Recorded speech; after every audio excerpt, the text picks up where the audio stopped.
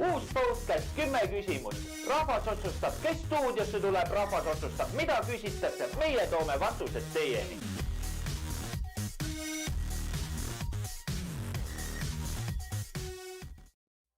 Tere head saatevaatajad. Uus saade 10 küsimust alustab. Saates osalevad MTÜ Konservatiivne Eesti juhatuse liige Kertu Luisk, ajakirjanik ja tõlkija Tõnu Kalvet ning saadet juhin mina, eestieest.com toimetaja ja saatejuht Maarja Maripuu. Mul on hea meel täna saates tervitada endist riigikogulast ja pikaaegset koolijuhti Märt Sultsi. Kuna Tõnu Kalvet on Märdiga kauaaegne tuttav, siis lasen saate avalöögi teha just Tõnul küsimustega Märdile. Märt on selles mõttes huvitav, et tema sees elab nagu mitu inimest. Lisaks koolipapale elab seal veel aktivist ja muusik ja sportlane ja eluvend ja kes kõik. Kirjelda palun meie vaatajatele, kuidas sina viid ennast sellesse seisundisse, et tulevad laulud, millel pärast selgub, et on inimestele ravimõju. Põhimõtteliselt sa kirjutad neid lugusid ja teed asju nagu iseendale, et iseenda stabiilseks hoidmisele. Samal ajal sa nagu mediteeriksid oma muusikaga ja oma lauludega ja kui see teisi inimesi ka aitab, tegelikult mul selline väikene tagamõte nendel asjadel ka oli, et kui teisi inimesi ka aitab, siis on ju kõik suurepärane. Selline kaheosaline küsimus, poistest ja naistest. No poistele pead sa olema eeskujuks. Tähendab, et sa pead poistele tuletama kogu aeg meelde, et nemad on poisid ja mehed ja nendest tulevad tulevased isad ja nii edasi ja nii edasi. Ja tüdrukutega on täpselt selline asi, et sa oled jälle, nagu pead olema eeskujuks, et milline peaks olema mees. Ma ei ole kaugeltki ideaalne, aga ma olen üritanud olla niimoodi, et õiglane, ütleme nõndaviisi, ja töökas ja sihikindel ja järjepidev. Et tähendab, et selles mõttes sul ongi ainult nagu põhiroll on see, et sa oled jälle teejuht, ümeramees oled. Meie vaatajatele tuleb rääkida üks asi selgeks, sest kui sa kasutasid kujundit, et direktori amet on nagu enesetapja amet, siis see ei ole ainult kujund. Räägime siinkohal ühest Kopli liinide hoolitsevast isast, kelle nimi on siiani Raul. Ma loodan, ta siiamaani veel elab. Ja kui talle tundus omal ajal, et tema tütrel oli pandud, kas oli vist eesti keeles või kirjanduses oli pandud teenimatult halvad hinded, madalad hinded, siis ta läks õiglust looma ja võttis kaasa, kas oli poole meetri pikkune kööginuga. Ei olnud kööginuga, see oli machete. No machete, jah. Ja tähendab, see juhtus päriselt. Kirjelda palun meie vaatajatele, kuidas sul õnnestus see asi lahendada, sest nemad võib-olla ei tea, et nüüdis Eesti koolis võib selliseid asju juhtuda. Ja mis on selle põhjus, et sina eliidi liikmena käitud niivõrd teistmoodi?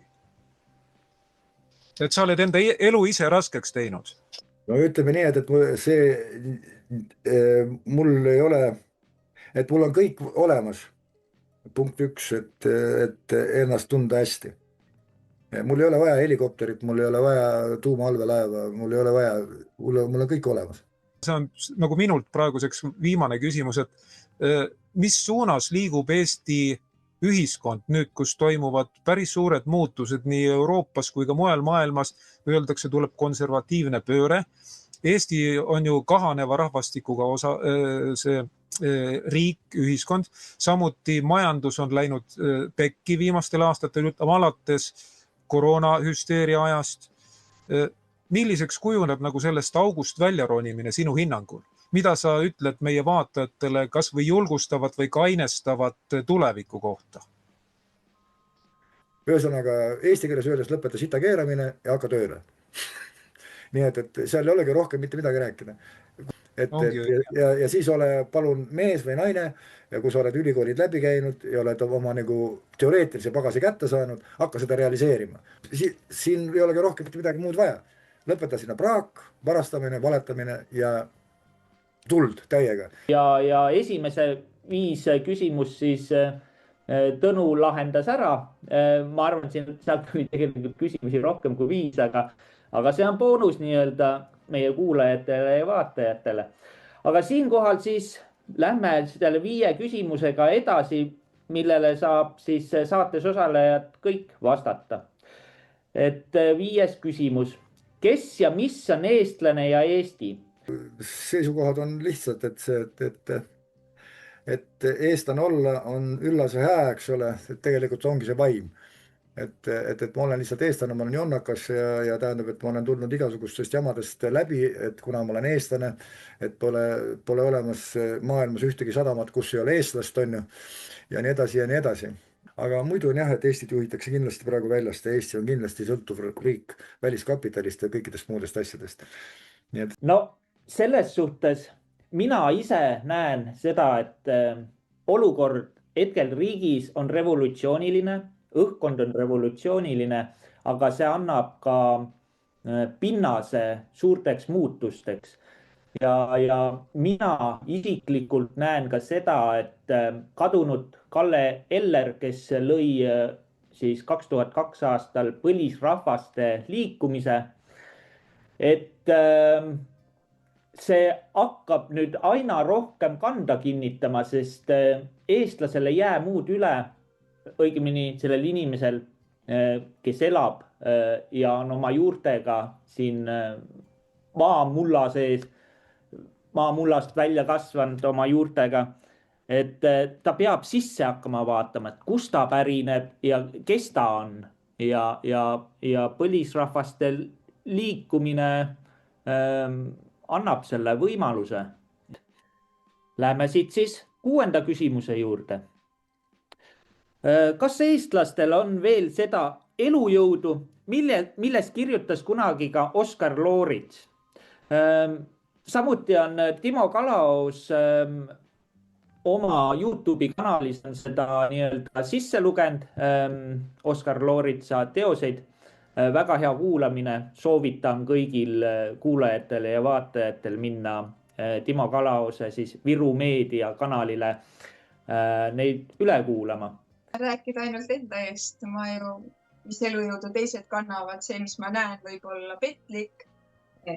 Ma arvan, et suur hulk tänaseid eestlaseid saab isegi aru, mis meil Eestimaal toimub, räägib salaja isegi kaasa, et kuule, ma arvan samamoodi, aga päriselus tehakse otsuseid teisiti. Ja mina näen, et see elujõu kandmise üks võtme selliseid lahendusi on kodus, asub kodus. Mina kui paadunud pedagoog, et ja nüüd ütlen ikkagi see, et kogu see elujõud ja usk ja tahe, see hakkab pihta kodunt. Ja kui seda kodus ei ole, siis ei ole mitte midagi. Nagu peale sinna ehitada, siis on amööb. Et lapsed oleksid oodatud ja lapsed oleks planeeritud. Meie ühiskond, nagu sa ütlesid just enne, et Maarja, et meie ühiskond on sellel küll räägib seda, et meil on rahvastikukriis ja sündimus väheneb, aga samal ajal on laps riigile, ühiskonnale probleemiks, mitte rõõmuks. See on kõige hullem asi, mis üldse olla saab. Ja kõigile kuulajatele, vaatajatele selgituseks, selleks me olemegi 3 aastat neid saateid siin meeskonnaga teinud. Me oleme täiesti tavalised inimesed rahva seast ja me näitamegi oma elujõudu ja mida me sellest kõigest arvame, mis meid ümbritseb ja mis maailmas toimub. Aga lähme edasi küsimustega. Kas mõiste haritlane on tänaseks devalveerunud?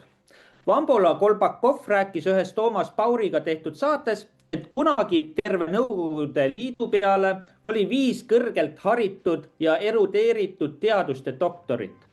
Täna aga lasevad ülikoolid doktorid välja nagu Vändrast saelaudu. Mida me teeme nende doktorite armeega, kellel puuduvad ka elust ja ametist saadud vajalikud kogemused, et üldse seda ametit vääriliselt pidada? Mis haritlane see on, kes ainult tsiteerib teisi, kes ei ole ise sünteesinud? Ta ei ole seda materjali endast läbi lasknud, tal ei ole tekkinud oma arvamust, vaid ta lihtsalt püüab olla nii nagu teised või nagu koduloom, kes püüab ära aimata oma peremehe tuju, et olla talle meele järele. Ja sellised inimesed ei ole haritlased. Kui näiteks isegi ministrid on maha viksinud oma ülikooli lõputöö, tänapäeval peene sõnaga öeldakse, on plagieerinud. Mida see tähendab nende võimete kohta? Nad ei suuda andmeid koguda, nad ei suuda andmeid töödelda, nad ei suuda andmeid esitada ja selline inimene ei sobi lihtsalt juhtivasse rolli.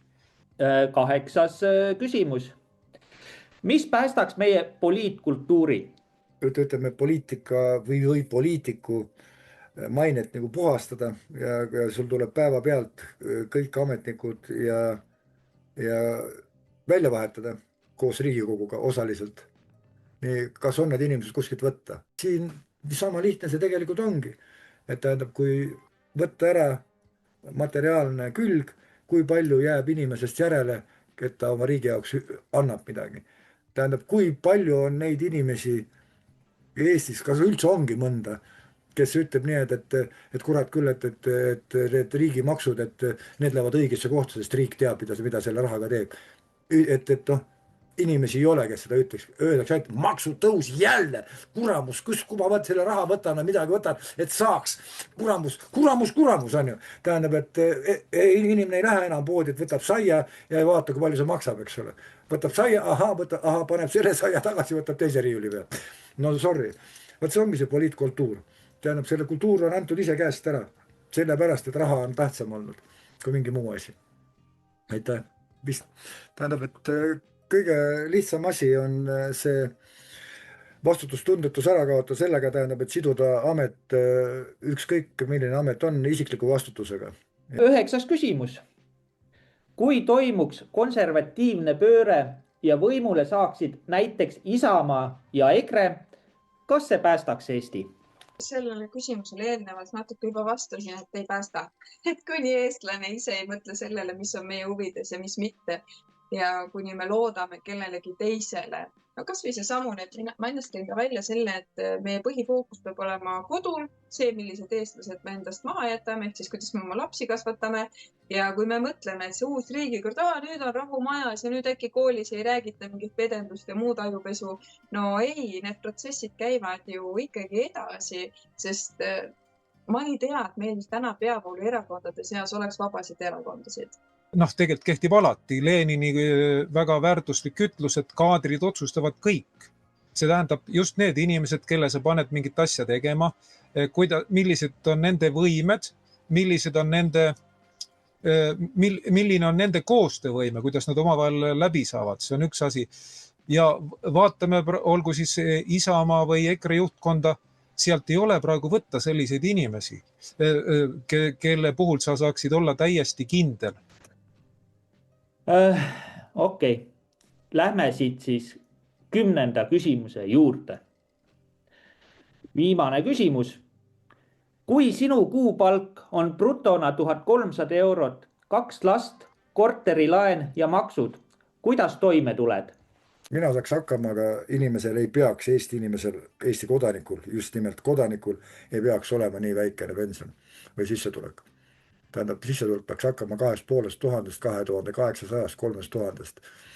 Ja õpetajate palk, tähendab, et see on nüüd igal pool väga kuum teema küll, aga nüüd ma küsin vastu, et kes on õpetaja? Tähendab, et õpetaja on defineerimata.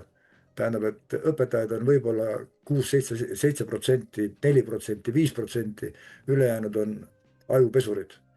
Nii et seal on, selles mõttes on keeruline, et õpetaja saab äärmiselt vähe palka, tiksuja on kohutavalt üle makstud. No mina antud teemat ei oskakski muud moodi tsiteerida, kui tsiteerikski Kristina Kallast. Meil on raha sitaks. No ongi. Ma lihtsalt tänan meie vaatajaid, meie vaataja on selline eriline inimene, ta ei kannata digitaalse dementsuse käes, sest nutipõlvkond, tema ei suuda ju keskenduda kauem kui 8 sekundit mingile tegevusele. Ja need inimesed, kes on suutnud meie vestlust jälgida täie tähelepanuga, need väärivad ka täit lugupidamist. Selliseid inimesi õnneks veel on. Kui nende aju läbi valgustada, selgub, seal käib nagu väga vilgas tegevus ja me saamegi nendele toetuda, saame neile kindlad olla. Nutipõlvkonnale võib-olla ei saa või peame hakkama tegema saateid niimoodi 8-sekundiliste juppidena, et ka nutipõlvkond leiaks endale midagi. Aga jah, suur aitäh kõigile teistele ja ka meie vaatajatele. Kõike head ja nägemist! Nägemist! Head aega!